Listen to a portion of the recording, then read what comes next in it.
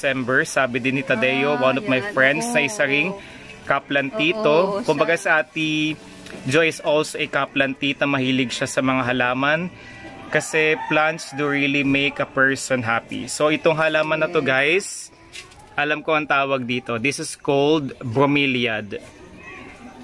Ang kulay ng halaman or ng bulaklak nito is color red. Then ito po guys, ang tawag dito is bird's nest. Why bird's nest? Kasi kumbaga yung pinaka itsura niya is para po siyang pugad, na kung saan sa pinaka gitna is meron po siyang pinaka, ito guys, oh, parang pinaka pugad dun sa pinaka gitna ng ating halaman. Buti nga ate meron kang bird's nest eh. Ito yung wala ako. Kumbaga lumalaki ito, the more na nilalagay mo siya dun sa pinaka lupa, the more na lumalaki siya. Ano pa ate yung mga isa sa mga i-share mo sa amin? Ito. Ito maganda rin ito siya. Asan natin? Ayan. Napakaganda. Ano, parang pamilya nung ganito, J. Parang isa Chinese evergreen. Ito kasi, para ito ate is aglomena. Aglaonema. Yan, tapos parang ito. Ito rin ate, wait, parang kilala ko siya. It's Chinese evergreen, aglomena din. Kumbaga ito is Del Carmen. Ito.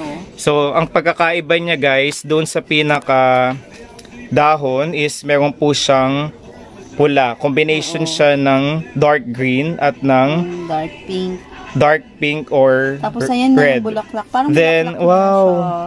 siya, Ayan guys, di ba nakakatuwa? Tignan nyo, napakaganda. Kumbaga nalaga ang mabuti ni Ate Jo ang kanyang halaman. Kaya naman ay meron po siyang bulaklak sa pinaka gitna. Alam nyo ba guys, share ko lang po. Kapag namulaklak ang aglonema na Del Carmen is swerte siya. Kumbaga may darating na blessing doon sa buhay nyo. So antayin na lang natin Ate Jo kung ano yung pinaka-blessing na dulot ng ating bulaklak. Okay na, mawala na yung pandemic. Yun, isa sa mga wish natin na matapos na or mawakasan na lahat ng pandemic o lahat ng sakit at manumbalik na sa normal na pamumuhay ang ating mundo, lalong-lalo na manumbalik ng trabaho ng mga bawat tao para hindi na po tayo mahirapan sa trabaho, sa paghanap buhay kasi yun po ang ating bread and butter po. Napakaganda guys, right? Ganda ate. Namulaklak na talaga siya. Ano pa ate ang may share mo sa amin? Kaso hindi lang siya ano na no. Ito maganda to, diba? Ito Ayan. Yan, guys, ito. This is called, ayan. Alam mo na siguro yan natin, no? This is called the snake plants. One of the varieties of snake plant. Kumbaga, ang snake plant is also one of the air purifiers, plant air purifiers. It filters all the chemicals, any chemicals, toxins, methane, butane in the air. So, pwede siyang ilagay sa natin. Pwede siya sa loob ng bahay, pwede siya sa labas. So, pwede po siyang indoor plants at outdoor plants. Oo. Ito malaki. Then, ito ate, alam mo to, ayan. Ito, ayan. Ito? Oo. This is called the money plant or the money tree. Oo, money tree. So, ito guys, share ko lang po, kapag nagkaroon daw po ng 7 leaves ang inyong money plant, swerte din po siya. Kumbaga, ang pinaka-commonly number of leaves, kung mapapansin nyo guys, is 5 to 6. So, bilangin natin. It's 1, 2, 3, 4, 5, 6. Swerte kasi ang 7. Kumbaga, para siyang, kasi ang 7 is napaka-swerteng number. Kumbaga, ano siya yung kalaykay. Kumbaga, kinakalaykay natin lahat ng mga abundance, prosperity, love sa buhay natin. Then, ito ating ganda din. Wow, ito guys, ginawa to ni Ate Jo. Para siyang mini garden. Para siyang terrarium. Ito guys is also a bird's nest. Then combination siya, ang nilagay ni Ate Jo dito sa pinaka, alam nyo ba guys, lahat ng mga containers na ginagamit ni Ate Jo is more of this are recycle lang guys. Galing sa electric fan, galing sa mga basyo ng mga plastic containers. Then ito guys, so pansin ninyo, ginamitan niya ng pinaka para hindi lang siya masira. Ginamitan po ni ate ng ganyan. Yung ano ng electric fan, no? Para hindi siya masira, kumbaga protection sa mga halaman. So napakaganda ng ginawa ni ate na terrarium ang tawag dito. Then ito pa guys, ang ganda. So ito guys is another variety of snake plant. Ito guys, kasi ang snake plants is marami po siyang different varieties, types, and kinds. Then ito guys is, of course, alam niyo na siguro to, it's called Aglonema del Carmen. Then dito guys, wow, ito guys, ang ganda din natin. Another variety of Aglonema rin yan tayo. It's, may, ano siya, no? May red sa dulo, sa gilid lang. It's Aglonema. Ang ganda. Ayan guys. Wala pang, wow. Diba? Ang ganda talaga. So, meron tayong mga green thumb. Then, dito guys, ang ganda nito ate, it's called the Wandering Jew. Combination po siya ng, meron pong gray, dark green, and purple. It's the Wandering Jew. Why Wandering Jew? Kasi po is gumagapang po siya. It's also considered one of the vines. It's Wandering Jew. Then dito, ito guys is called Philodendron Temptation.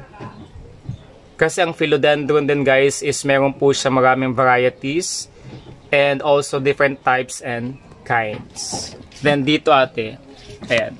Ito may ano na siya. Ang ganda, marami na siyang mga usbong. Kumbaga nanganganak din po siya guys. This is called the basket plant. So ilang years na to ate? Ilang months? Ilang months pa lang yun. Napakaganda guys, right? If you see that your plants are growing healthy, abundant, and green every day, that really adds to your happiness and that really makes your stress gone away. Ano pa ate? Yung pencil, ano ba yan? Ayun guys, sa taas. Sa pinaka-tuktok guys, ang tawag dito is, para siyang walking stick. Para siyang, saan galing yan ate? Ang ganda. Kay Ate Bering. Parang pencil, ano ba yan? Yung so, paano mo nakapagitan ate? pencil cactus pala yan. Pencil cactus te? Oo.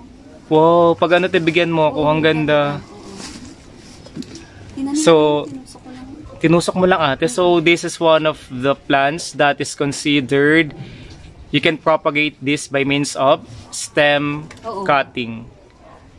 Just select a mature old stem and directly plant that stem cut in the soil and then wait for about 2 to 3 weeks. Ayan guys, napakaganda, right? Dito meron din po siyang, it's called the Begonia maculata or the zebra plant. Why zebra guys? Because of its colors. Take a look at one of its leaves, or majority of its leaves are having polka dots. Kaya siya tinawag na zebra plant. Isa sa mga dahilan guys kung bakit marami akong alam na mga names, because is I always search for the name of every plant, the one that I have in our mini garden dun sa aming rooftop. Then ito guys, hindi ko alam ang tawag dito. If you know the name of this plant, kindly comment it in the comment section so that I can easily check on all of those.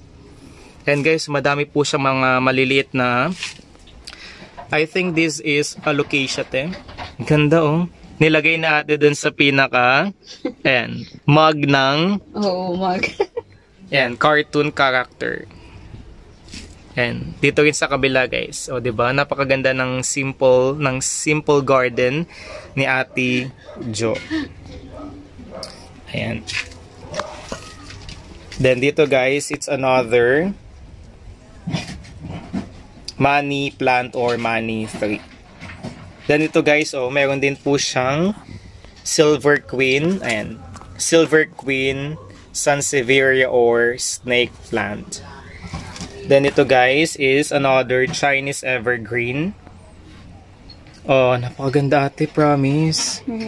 You really have green thumbs. Yan, alocasia din siya ate. Then ito, alam ko to. Yan. Ang ganda guys, right? It's called, it's photos, satin photos.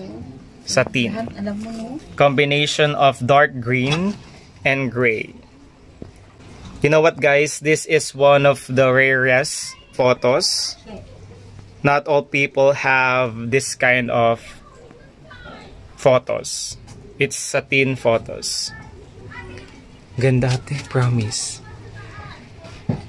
And diba guys, I hope you're enjoying our small tour in the mini garden of Ate Jo. It's just adjacent to our house. And ano masasabi mo ate dun sa mga, you know, sa mga kaplantito at kaplantita na katulad mo? Ano lang, saya, di ba? Ano, nakakatulong pangtanggal stress. Tsaka happy, masaya talaga. Meron kang ganitong halaman. And so tunay nga namang nakakaalis ng problema ng stress sa mga halaman. Kung patuloy natin silang aalagaan, ay patuloy din tayong bibigyan ng blessings sa buhay.